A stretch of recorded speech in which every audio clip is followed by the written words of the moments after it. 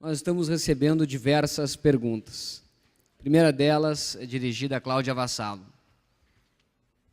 Existem diversas formas de restringir a liberdade de imprensa.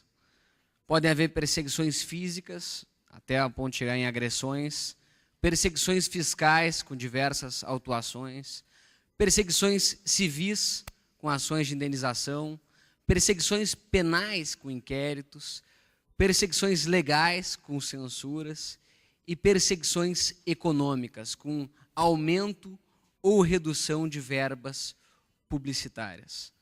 Na condição de jornalista, sabendo que hoje o Brasil ocupa a 82ª posição do Índice de Liberdade de Imprensa, quais dessas formas de restrição à liberdade de imprensa você acha que são mais comuns no Brasil?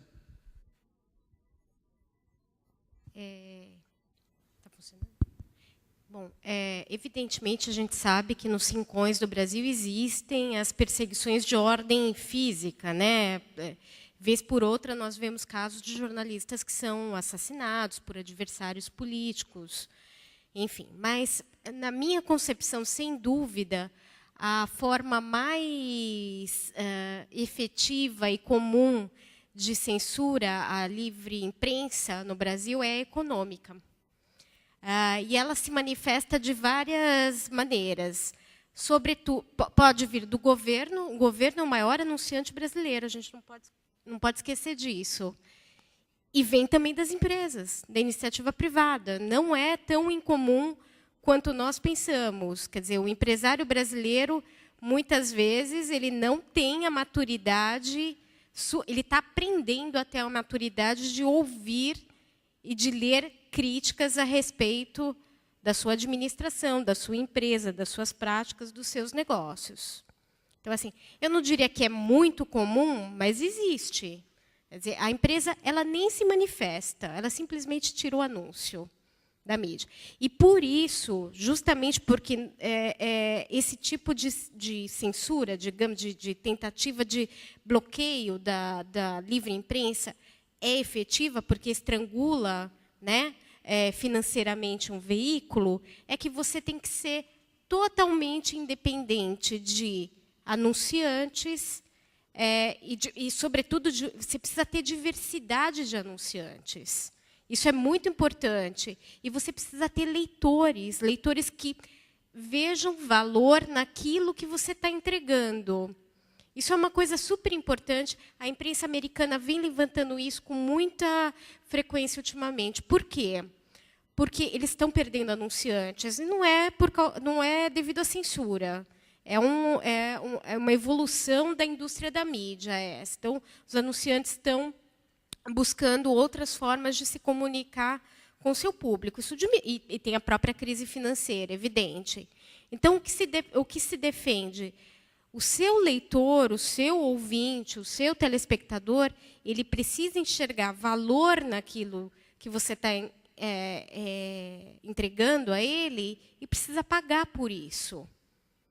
É essencialmente o leitor que vai te dar a independência financeira que você precisa, que é fundamental para que você faça uma publicação honesta e que vá na direção daquilo que eu falei rapidamente na minha palestra. Quer dizer, que tenha o leitor como seu único, como sua única prioridade.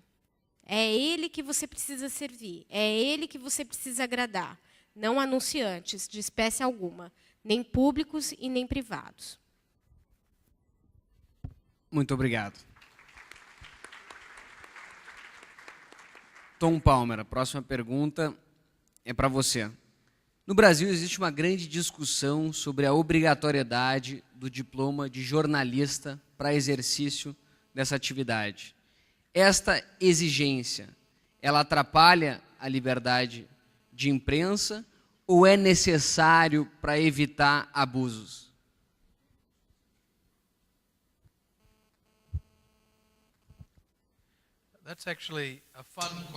É uma pergunta estranha, porque dá a oportunidade de pensar na história. a censura da mídia real não começou com o licenciamento da imprensa. Uma empresa na Grã-Bretanha licenciava para os jornais para ter a imprensa impressa. Você tinha que ter uma licença do governo. E eles diziam, você só vai conseguir uma licença se produzir um material do qual gostamos. Quando Elizabeth era rainha, era protestante. Quando era Mary, era católico. Independentemente disso, o Estado dava uma licença para a ocupação. E a tentativa de fazer com que o jornalismo fosse uma profissão licenciada pelo Estado, isso, para mim, é uma das formas mais perigosas de censura e controle do Estado. Pensem na proliferação dos bloggers. Devemos licenciar cada adolescente de 14 anos que entra na internet e cria um blog? Imagine, dar uma licença, uma permissão para o blogger emitida pelo Estado. Vamos ter conversas licenciadas. Toda vez que eu tiver uma conversa, eu não sei em relação a vocês, muitas vezes a gente vai a coquetéis e as pessoas dizem coisas idiotas. Eu acho que elas deveriam receber uma licença, assim não diriam coisas tão idiotas num coquetel. Então a gente teria licença para conversa. Eu acho que essa abordagem é totalmente equivocada. E nesse caso, se isso é assim, não teríamos uma nova mídia. Pensamos agora na internet, nos blogs, há novos tipos de mídia que eu não havia pensado antes. Alguns dos mais jovens aqui já estão pensando nisso. E eles vão mudar o mundo com novos tipos de mídia. Mas se nós tivéssemos que dar licença à imprensa, jamais teríamos tido rádio, TV e jamais teríamos tido internet ou blogs. Eu acho que isso realmente é catastrófico.